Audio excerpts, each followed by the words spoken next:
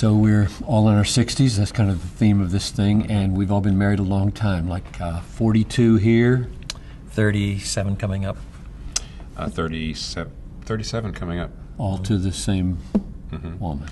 That's, yes. Husband of one wife. It is a precious thing. So a key of longevity. I read Bonhoeffer the other day, and I tweeted about it, I think, and he said to a couple he was marrying, the covenant from this day forward sustains the love, not the love, the covenant. And I, at 42 years of marriage, feel very strongly that needs emphasizing, that romance and falling in love is a beautiful thing, and re-falling in love again and again is important. And that re-falling in love after seasons of pain can be sustained only if you elevate covenant above those affections and that romance. So that's kind of my main message to the younger fellas and gals who would say, what do you want to tell us about our marriages? And I would want to say, you have covenanted, and God has created, God has united this, and you have covenanted. That covenant exists. It exists. Your affections, they exist and then they don't exist. You get angry and then you don't get angry. You feel so mad, you'd wonder, where did all that affection go? And that can be reborn because there's this massive platform. In popular terms, I heard that on British TV when I was doing doctoral studies in the early 70s. There was this old man who was being interviewed who had been married for something like 60 years or 65 years, and his wife was there with him. And the interviewer was saying, during all this time, haven't you ever considered divorce? And he bristled. Divorce? Divorce? Never, never. Murder often, divorce never. Now, obviously you can make that sound ridiculous, but it's got a point. It does have a point. It does have a point. I agree. You know, Lewis Smedes wrote an article called "The Power of Promising" in Christianity Today back in the '80s, and he was already up there in age. And he was talking about his marriage promise, and he said, "My wife has been married to 5 men. Every one of them has been me." And he says the one thing, the thread that kept all 5 of them together is my promise. My promise is I will be there for you. I will be faithful to you. And he's trying to get across the fact that you change, your spouse changes. And it reminds me a little bit of Stanley Hauerwas, who says you always marry the wrong person, which means even if you think you're marrying the right person, marriage is such a big deal that once you actually get together, you start to change each other. And so the basis of your marriage can't be the feeling, and the basis of your marriage can't even be we're just kindred spirits, because your spirits will go in and out of being kindred. The thing that keeps it is the promise. I made a promise. I've made an appointment with you in the future to be your husband every year. I think you're absolutely right. It's a covenant.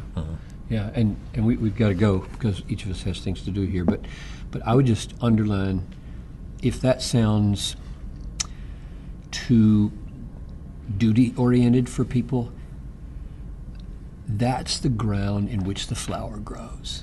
That's the ground. Because if you're in a season right now where the flower is wilted and you think the solution is to pull the plant up, that's not the solution. The ground of covenant, the ground of promise, the ground of no divorce, maybe murder, but no that's the ground where it can reflourish, and it does. I just testify from 42 years that falling in love with my wife again and again is a very beautiful thing. And ideally, that is nurtured, at least in part, by grounding marriage itself in Scripture in a big framework. We're made by God and for God. This is His design, not my design. There is a huge typology between husband and wife and Christ and the church. We're saying something about Christ and the church by the way we act. So, in other words, the renewal of the covenant is not merely, I use merely advisedly, an act of will. It is itself grounded in what the new covenant is about, and what the gospel is about, and who God is, and so on as well. We are testifying by our perseverance in covenant keeping something about Christ covenant and the keeper. church That's right. in covenant with each other. That's And exactly we right. lie about Christ and we lie about what the church is obliged to do if we Yeah, I leave think her. that's right. If you're talking We're any more done. about marriage, I'm going to cry.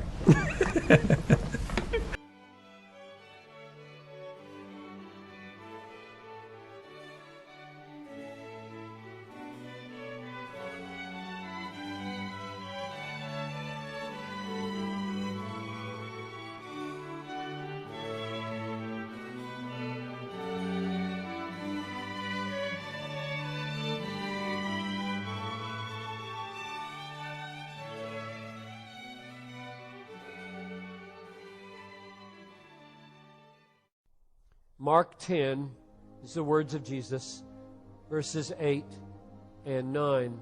Jesus quotes Genesis 2:24. For Jesus, this verse was the most fundamental verse about marriage in all of the Bible. This was Jesus' foundation stone for the beginning of all of his teachings about marriage. Verse 8, Mark 10. The two shall become one flesh. So, Jesus says, they are no longer two, but one flesh. What therefore God has joined together, let no man separate.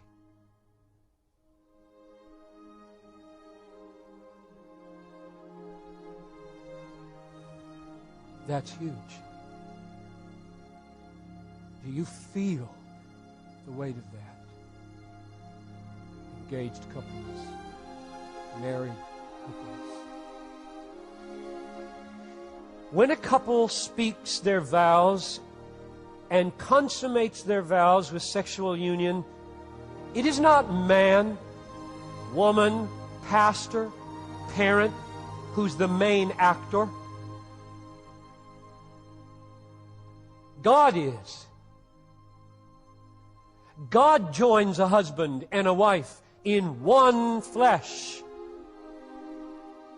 God does that. God does that. From which Jesus draws the awesome conclusion, what God has joined, no man may separate. God will bring you into a relationship with someone, most of the time, who is not only not compatible with you, but is weak, tremendously weak, in the very areas where you would most want them to be strong. Now, why does He do that? I'll tell you why. Remember our text, Romans 8:28 and 29. What is the goal of everything God does in His providence for His children? To conform them to the image of Christ. Now, when you think of the image of Christ, what are some characteristics that just automatically spring to the forefront? Well, for me, 3. Unconditional love, mercy, and grace. If I could pick out 3 things in which they told me, you can imitate Christ in these, that's what I think about. Unconditional love, mercy, and grace. Now, I have some things here I want to just go ahead and read that I've written out so I get them right. Let me ask you a few questions. How would you ever learn unconditional love if you were married to someone who met all the conditions? Question.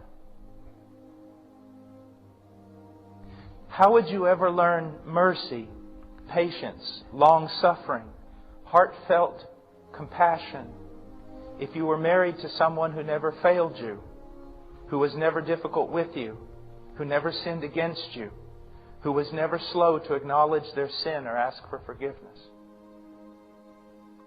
How would you ever learn grace, to pour out your favor on someone who did not deserve it if you were married to someone who was always deserving of all good things. Do you see that? Listen to me. The main purpose of marriage is that through your marriage you become conformed to the image of Jesus Christ. Marriage, I believe, is the greatest instrument of sanctification. You are married to a person who does not meet all the conditions so that you might learn unconditional love. You are married to a person who needs mercy so that you learn to give it. You are married to a person who does not deserve so that you learn to pour lavishly yourself out on a person who does not respond appropriately, and thus you become like the God you worship. You see, you worship God for these things, but you don't want to give them to others. You worship God for grace, but you demand that your wife live in such a way that she not be in need of it. You worship God for unconditional love, but you get mad at your own wife when she doesn't meet the conditions.